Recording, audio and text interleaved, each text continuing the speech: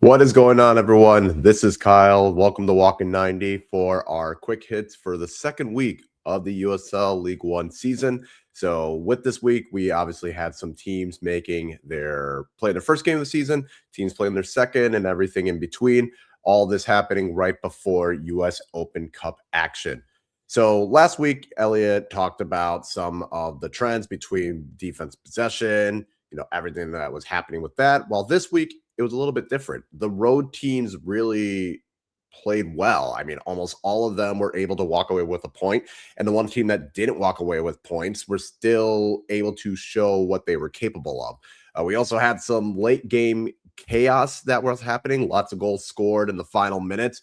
And I think at this point, it's a little bit too early to start crowning teams or even writing teams off. And I'll make sure to dive into that shortly. But first, we're going to go into the game breakdowns. We had plenty of games that happened over the weekend, and we will start with the Saturday mid-afternoon match between New York Cosmos and Portland Hearts of Pine. Portland were able to walk away with a 3-1 victory.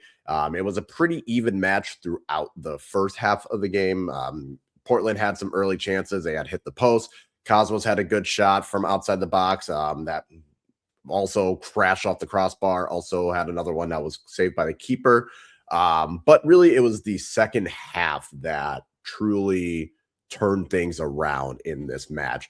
Wada was able to pretty much influence the game. He had made a really good run for the first goal, able to kind of go down, get across into Georgia Dallas. I'm sorry if I butchered his name, but he was able to get the headed goal. So that was pretty impressive. But then we were able to see New York come right back, and they were able to try, and they got their goal to equalize it. And you're thinking, all right, this is going to be a pretty good match. Obviously, a very packed stadium between the Cosmos having their first home game and the new iteration of this team. Portland fans traveled well, so it was a very good atmosphere. But then we got to the second goal, and Wada was just right place, right time once again. And he was able to kind of pop in with that one. While the third goal, Portland's keeper was able to get a long ball. They were able to flick it over to Ollie Wright. Ollie was able to put a good ball into JT Camara, but you could argue that the center backs reacted too late, but JT made a great run, able to put the game away once and for all. One of the biggest takeaways I got for both teams is for Portland, they have attacking depth. The fact that they were able to bring in JT Camara is huge for them. He was obviously very helpful for them off the bench last year. Seems to be continuing that trend. Ollie Wright seems to have continued to pick up from where he left off last season. So I am curious how much of that depth that Portland had in their attack is going to be able to click. Last year, we kind of saw it struggle at first, but then it really got going. But like I said, it seems like they have it. And for the Cosmos, they can really create a tough to beat environment. Obviously, with the traveling Portland fans as well. I mean, I think it was almost 4,000 were in attendance, but we've been saying this. If the Cosmos can get back to even NASL levels or obviously their peak levels, it's going to create one of the best atmospheres. It's going to have one of the most dedicated fans. And it's going to really make it hard to go in there and win. And again, Portland played pretty well. And I would say the Cosmos were able to equal that for the first half and a good chunk of the second half. It wasn't until the Cosmos needed to chase for that goal, and there's some kind of minor errors that happened that really allowed Portland to, extend their lead. But it wasn't as though you look at the score and you think, oh, Portland completely dominated Cosmos. I don't think that was the case. I think Portland played well, but I think the Cosmos were better than we were all expecting. So again, I think it's going to be a very tough place to play if they get to that level and if that atmosphere continues over there. For the players that stood out for the Cosmos, it was midfielder Darren Seidel. He was the one that scored the goal. His passing was key. He was kind of being able to do everything that he needed to in the midfield to keep that Cosmo attack going. Completed 20 of 21 passes, and 9 of 10 of them, which were in the opponent's half. And the thing that really stood out for me was his long ball success rate. He was 6 of 6 for long balls, which is something you don't really see at this level. Normally, when you're trying to hoof a ball up that far, it's maybe going to be a 50-50 or it's going to be inaccurate. But for him, he was able to complete all those. And like I said, he scored the goal. And for Portland, I went with Masashi Wada. Again, a goal and assist. He was always in the right place at the right time. That's going to be huge for them. Next, we're going to go south, and we're going to have Greenville Triumph face Chattanooga Red Wolves. And Chattanooga were able to walk away with a 2-1 victory, but it didn't look that way at first. Greenville had scored early. Liotti had put a fantastic cross in for Devin Boyce, who made his return to Greenville. He made a good run into the box, was able to kind of score from there. Kind of after that, not really much for Greenville. They really tried and they kept knocking on the door, but couldn't break through. Chattanooga were able to score a goal right before halftime. Omar Hernandez had put in a cross, and it looked as though one of the attacking Red Wolves players were going to head it in, but it looked like it went past them, and it just went past everyone. And that's what happened. It was just a cross that just bypassed the attacker, bypassed the keeper, and was able to score. So a very weird way of scoring a goal, but you know what? A goal is a goal. And then right in the second half, Chattanooga were able to get their second goal. Hernandez once again puts in a cross. This time it is headed by someone. It is headed by Grayson Mercer, who was able to have that in, give Chattanooga the 2-1 lead. Greenville were frustrated. They're, like I said, they're pushing for that goal, but were unable to do so. And I think that was kind of the story of the match. It's not as it was vintage Chattanooga Red Wolves. That was probably the biggest takeaway I got is they're going to keep doing that style of play. They're going to rack up yellow cards. They're going to frustrate you, and they're just going to smash and grab. 2 shots on target for Chattanooga, 2 goals. It kind of says it all right there. I think for Greenville, yes, it's frustrating that you couldn't get that second goal, but at least there was more attacking intent. Both of the goals, again, were just lovely crosses from Omar Hernandez. Maybe the keeper could have done more on the first one, but I don't think he was expecting it to not get to the Chattanooga attacker. But for me, the player that stood out isn't Omar Hernandez, who had a great game, but Harry Jolly, the Chattanooga defender center back. This was his first game. He had played in League Two, made the jump up to League One, but he was everywhere. He was making the key contributions defensively. He had won 4 of his ground duels. He had 6 clearances. He really was rock solid. And for a player that made that jump, and again, this was Chattanooga's first game. This was Greenville's first game. So pretty impressive debut for him. And I'm sure Red Wolves fans are going to be excited to see what is to come with him. Then we go down to Florida, and this was quite a match. Naples 2, Corpus Christi in their USL League One debut. They scored 2 goals as well. Naples scored early, and it was a very fortunate bounce, and it was like chaos in the box. Chris Garcia was kind of able to somewhat lay it for the attacker, who did an amazing volley goal finish. So it looked pretty good. And you're thinking, all right, Naples might run away with this. Corpus Christi might be falling a little bit behind. But right before halftime, we get one of the many goals outside the box from Poneka, who just lashed it out. Probably could have been better dealt with by Delgado, but that gives Corpus Christi the goal that they needed to head into halftime. We go into the second half. Not much was happening. Both teams were kind of shooting from outside the box, hoping for the best. Cheney almost gets the second goal for Corpus Christi, but that goes wide.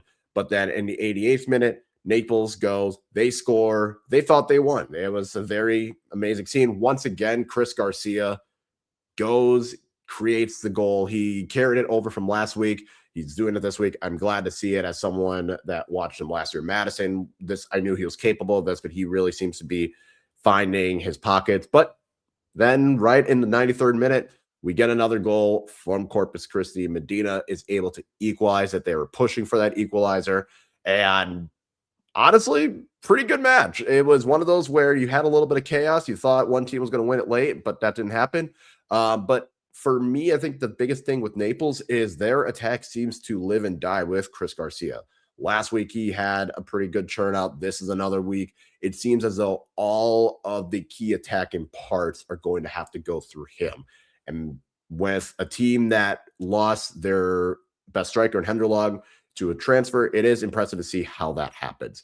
For me, the player that stood out, not for a good reason, was Edward Delgado. Honestly, probably should have done better with both the goals that were scored on him, but you could also argue that his back line was not doing him any favors.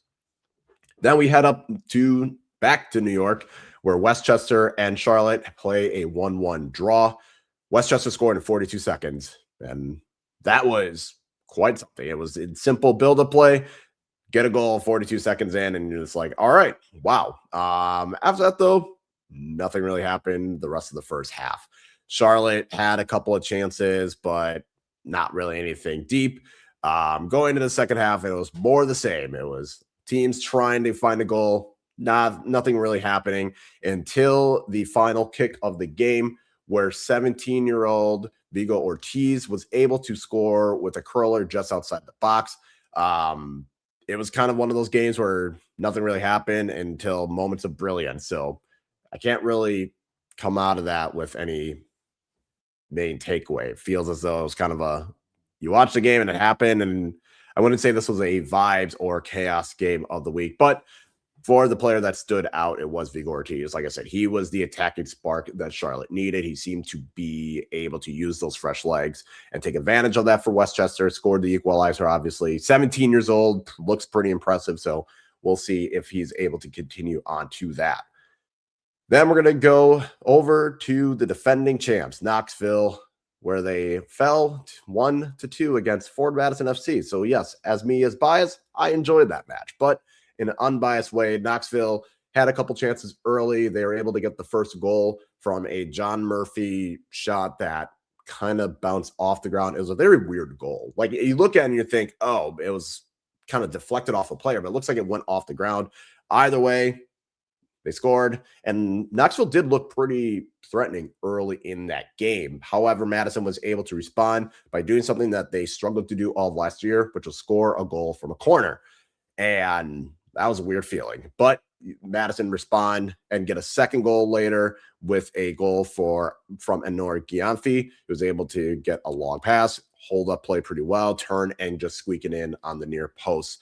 Knoxville started strong in the second half, had a couple chances off of corners, but they kind of faded and were stifled by Madison later on. Madison was able to hold on for the upset victory, snapping Knoxville's, I think, 24-game unbeaten streak at home. They had not lost since 2024. For the takeaway for me, I think Madison's defensive structure, it really made things difficult for Knoxville. They didn't really allow Knoxville to get good, clear-cut chances. I think Knoxville didn't have a shot on target after about the 60th minute. So it was one of those where there's a lot of questions on this Madison team on if they're going to be able to do it.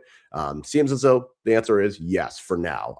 For the player that stood out for me, it is the USL League One Player of the Week for Week 2, midfielder Roman Torres. He had the assist on the corner. He had the hockey assist for the second goal. He was really just dictating everything for Madison's midfield. So very impressive, and obviously earned him a Player of the Week. We go down to Florida, which I would say this was the most chaotic match of the weekend. Sarasota 2, Fort Wayne 2. Fort Wayne were attacking Sarasota early and often, and it was at the 30th minute where they got their first goal, where the goalie Sutton slipped when he was coming out for the long ball. I don't think he was going to get it anyway, but that allowed Fort Wayne to get a very easy empty net goal. Then Fort Wayne again score, which again could question if there's some questionable keeping that are happening.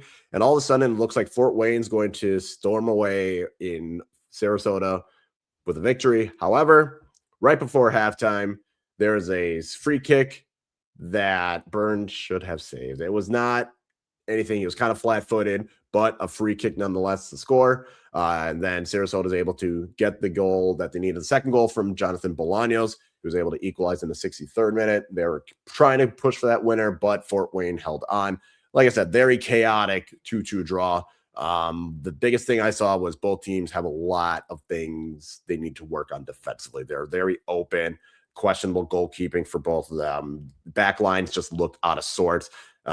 Easily, I would say Fort Wayne could have easily had 3-4 goals. Sarasota could have had 3-4 goals. Bolaños, who was the player that stood out to me, had a one-on-one that Burn was able to save, but he still had the goal. He looked very direct. It looked like the Jonathan Bolaños of old. And then to round out the matches for the weekend on Sunday, Spokane 1, Omaha 0. Both teams tried to take advantage of the space. It was very open midfield, but neither could really do that. Omaha had a really great chance right before halftime, but Jiba missed. It was kind of a cross that went in. He was kind of attacking that far post, just couldn't steer it into the net. But Nico Brett also then had a header. It was an open header, but he couldn't direct it. Even though this was at 0-0 at the time, it was a very exciting game. But it was the deflection off of Coleman that allowed Union Omaha to fall behind. It was an own goal. Spokane was able to kind of walk away with that. I would say overall, the takeaway, Omaha could walk away feeling relatively positive about how the team performed. Going into Spokane on the road is very difficult for your first match of the season, but that's just kind of how things go. There was a couple players that stood out. I would just say Spokane's back line would really be the ones that were the ones that stood out to me. I mean, Omaha looked very potent in attack, but Spokane was able to do what was necessary in that way. So those are all the matches that happened over the weekend. In terms of the trends that I saw this weekend, I would say goalies were really struggling. Obviously, I mentioned with Naples, Sarasota, and Fort Wayne, they all could feel as though their keepers could have done better with the goals that they allowed. Maybe that's just a one-off, but is something to look at. The second week, I would say long shots were back. Corpus Christi and Naples were over here firing shots from anywhere and anywhere. Sarasota had a goal outside the box. Charlotte had a goal outside the box. Very much a long shots were king.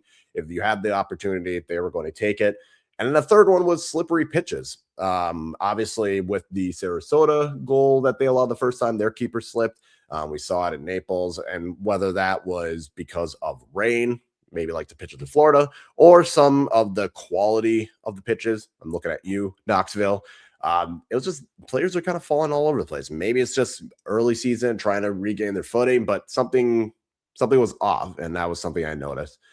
And then in terms of the game to watch for next week, I actually have Union Omaha hosting Boise. And the biggest reason is, like I said, despite losing, I think Omaha looked pretty good. I think they're going to have their home opener. It's going to have a very large turnout for that. And for Boise, they have, I would say, the first big test. You're going to go on the road to Omaha, which is a tough place to play. They are not playing at their baseball stadium. They're actually playing at the University of Omaha Stadium, which is what they've used for the Open Cup. So it will be interesting to see how that happens. But for Boise, this is a big test going on the road against a perennial contender in Union Omaha. And I feel like a win for either will be a statement win for each of them. In terms of the predictions, I think Madison looks like a team that could have the best defense in the league. I think Portland is going to make a big run at some point. They're going to have like a very long unbeaten run. When that happens, I don't know, but I can see it happening. I feel like Zone Naples have defensive issues that are uncharacteristic, and they will need to get that fixed. And despite losing at home, I think Knoxville will be fine. So appreciate everyone watching this. Let us know what your thoughts are. Make sure to follow us on social media on Blue Sky, YouTube, and Twitch on once Thursday a month. And we will make sure to talk to you later.